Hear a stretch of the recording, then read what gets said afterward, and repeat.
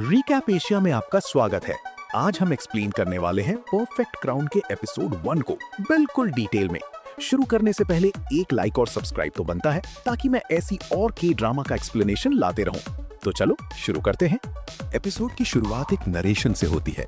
Royal family का centuries पुराना इतिहास, जोसियन एरा तक। अब ये फैमिली सिर्फ सेरेमोनियल है, पॉलिटिकल पावर नाम की नहीं। इसके बाद सीधा फ्लैशबैक। हुईजू स्योंग्यू-ग्वान हाई स्कूल की टॉप स्टूडेंट, हर बार रियूमिन सॉक को कंपटीशन में हराती। School mostly rich royal background वाले स्टूडेंट से भरा है और उन्हें ये हजम नहीं होता कि हुईजू, एक बिजनेस टाइकून की इलेजिटिमेट डॉटर, उनसे बेटर परफॉर्म करे।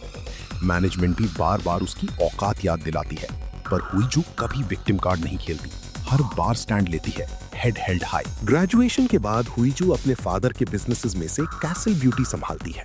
हर साल अपने भाई तेजू की कंपनी को बीट करती है, लेकिन इस बार तेजू गिरे हुए तरीके अपना रहा है। सस्ती मार्केटिंग, अंडरहैंडेड ट्रिक्स। हुईजू अपनी टीम को ऑर्डर देती है, क्राउन प्रिंस की बर्थडे सेलिब्रेशन का पैलेस विजिट यूज करके सेल्स बढ़ाओ। उसके ऑर्डर्स और टोन से साफ पता चलता है she hates losing and her staff is scared of her. Palace में एंट्री होती है ग्रैंड प्रिंस यान की। रिबेलियस, लेड बैक, अपनी ही दुनिया में रहता।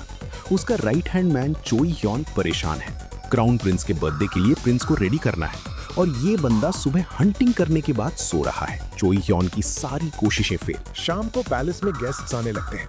मीडिया लाइव टेलीकास्ट कर रहा है। हुईजू एक बोल्ड रेड आउटफिट में एंट्री मारती है। ऐसे आउटफिट को फॉर्मल पैलेस इवेंट्स में बुरा माना जाता है। जर्नलिस्ट्स उसे क्लाउड चेजर बोलते हैं, पर मानते हैं कि ब्यूटीफुल और टैलेंटेड है। अंदर हुईजू कुछ एलीट लेडीज को अपनी हेरिटेज पर गॉसिप करते सुन लेती है। वो उन्हें सटली कन्फ्रंट करती है, स्वीट टोन, शार्प वर्ड्स। फिर तेजू आता है अपनी यूजुअल कंडेसेंडिंग बकवास के साथ। हुईजू उसे आईना दिखा देती है, मैं केपेबल सिबलिंग हूँ, तेरी घटिया ट्रिक्स मेरी कंपनी नहीं गिरा सकती। डिनर हॉल में गेस्ट्स को ले जाया जाता है। प्रिंस यी यान लेट आता है और वो भी अपने च्योलिक में, यानी एकदम इनफॉर्मल। क्वीन मदर यी रांग का खून खौल उठता है। वो उसे पब्लिकली डांटने की कोशिश करती है, पर यी यान कामली कहता है सही वक्त आने दो। डिनर बिना किसी बड़ी रुकावट के खत्म होता है। हुईजू की मुलाकात प्राइम मिनिस्टर जेंगू से होती है। दोनों अच्छे दोस्त लगते हैं। हुईजू उसे टीज करती है कि तू सिर्फ पॉलिटिशियन नहीं, रॉयल फैमिली का हिस्सा भी है। बाद में प्रिंस यान जेंगू को साइड में ले जाता है और बताता है कि क्वीन मदर शादी के लिए प्रेशर डाल रही है। यान रीजेंट है, अगर शादी हो गई तो सारी रॉयल रिस्पॉन्सिबिलिटीज जेंगू पर आ जाएंगी। जेंगू का मूड इंस्टेंटली खराब। वो सब दोबारा नहीं करना चाहता। यान कहता है पार्लियामेंट में इस शादी को ब्लॉक करवा, इंटरवीन कर। जेंगू मन ही मन सोचता है ये तो प्रॉब्लम है। तभी प्रिंस यान हुईजू को पैलेस के रिस्ट्रिक्टेड एरिया में घूमते पकड़ लेता है। वो मजेदार अंदाज में कहता है 3 सेकंड में गायब हो जा तो माफ कर दूंगा। तभी एक जोर का धमाका होता है। यान तुरंत भागता है सोर्स चेक करने। हुईजू चुपके से पीछे पीछे फॉलो करती है। पता चलता है किसी ने पैलेस में आग लगा दी है। यान फ्रीज हो जाता है। 3 इयर्स अगो एक आग में किंग की डेथ हुई थी। ये उसकी पुरानी ट्रॉमा ट्रिगर कर देती है। जेऊ पहुंचता है। यान क्राउन प्रिंस की सेफ्टी पूछ रहा होता है और तभी क्वीन मदर यी रांग आती है और सबके सामने प्रिंस यान को एक करारा थप्पड़ मार देती है। आग का ब्लेम उस पर। सब शॉक है। तभी क्राउन प्रिंस वहां आ जाता है। यी रांग फौरन उसकी तरफ दौड़ती है। जेऊ अपने स्टाफ को ऑर्डर्स देता है, इन्वेस्टिगेट करो, क्या पता इसका लिंक किंग की डेथ से हो, और मीडिया हैंडल करो। हुईजू चुपचाप निकल जाती है। उसकी सेक्रेटरी हेजंग हैरान, बॉस इतनी जल्दी पार्टी छोड़ के? हुईजू बताती हैं आग के बारे में। ड्राइव होम के दौरान हुईजू प्रिंस यान को एरोगेंट डिस्क्राइब करती है। एक फ्लैशबैक। स्योंग्यू-ग्वान में रात के टाइम यान ने उसे अकेली आर्चरी प्रैक्टिस करते पकड़ लिया था। हुईजू ने बिना डरे बायस्ड सिस्टम को कन्फ्रंट किया था। प्रिंस को प्राइवेट प्रैक्टिस की परमिशन क्यों, मुझे क्यों नहीं? उसने रिस्पेक्ट भी दी, पर अपनी बात रखी बिना झुके। अगले दिन क्वीन मदर यी रांग बनावटी माफी मांगती है। यान नाटक करता है और एक्सेप्ट कर लेता है। फिर यी रांग अपनी असली इनसिक्योरिटी शेयर करती है। तू रीजेंट है, लोग तुझे प्यार करते हैं, तू मेरे बेटे क्राउन प्रिंस को ओवरशैडो कर रहा है। वो इंसिस्ट करती है अपनी लॉयल्टी प्रूव कर, मेरी पसंद की लड़की से शादी कर। यान के बचपन की याद आती है।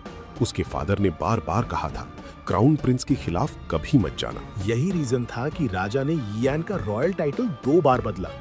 किंग की इंडिफरेंस चुभती थी, पर यान ने दिल पे नहीं ली। यी रांग अपना पॉइंट दोहराती है, मेरा बेटा सिर्फ 8 साल का है, अभी रॉयल ड्यूटीज नहीं संभाल सकता, इसलिए तेरी शादी जरूरी है। इधर हुईजू को पता चलता है कि उसका डैड उसकी शादी फिक्स कर रहा है। तेजू और उसकी बीवी ने मिलकर एक ऐसा सूटर सेलेक्ट किया है जो हुईजू के लेवल का बिल्कुल नहीं है।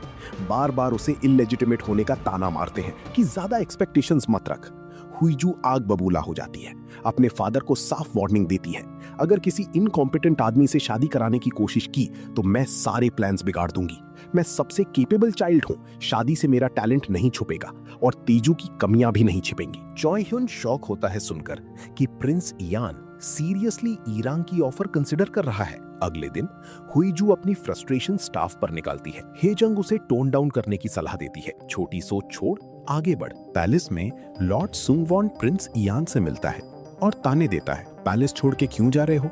रॉयल इंटरेस्ट्स की रक्षा कौन करेगा? इयान कामली जवाब देता है, मैं सिर्फ अपनी प्राइवेट रेजिडेंस जा रहा हूँ। सुंगवॉन बाद में क्वीन मदर को वॉर्न करता है, ग्रैंड प्रिंस के साथ फूलिशली या जल्दबाजी में मत करो। ईरंग अपनी भड़ास निकालती है, लेट आया, गलत आउटफिट, आग का जिम्मेदार भी वही। सुंगवॉन कहता है, तभी तो केयरफुल रहो, वो अभी बिलवेड रेनिंग रीजेंट है। कैसल ग्रुप में हुईजू के दिमाग में एक आइडिया कड़कता है, क्यों ना किसी केपेबल रॉयल फैमिली मेंबर से शादी की जाए।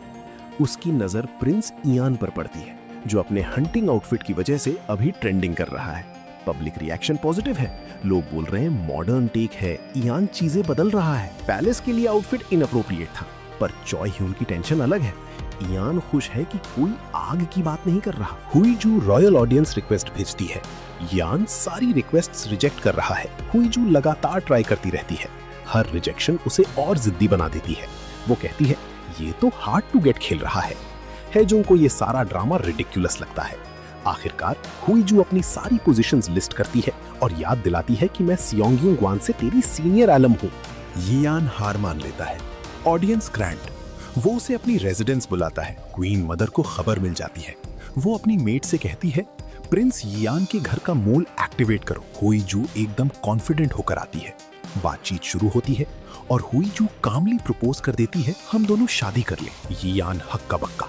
एपिसोड वहीं खत्म। तो दोस्तों, ये थी परफेक्ट क्राउन के एपिसोड 1 की फुल स्टोरी। अगर आपको ये रिकैप पसंद आया तो चैनल को सब्सक्राइब करना बिल्कुल ना भूलें। ऐसे ही और के ड्रामा रिकैप्स के लिए बेल आइकॉन दबाएं। मिलते हैं अगले वीडियो में, तब तक के लिए बाय बाय।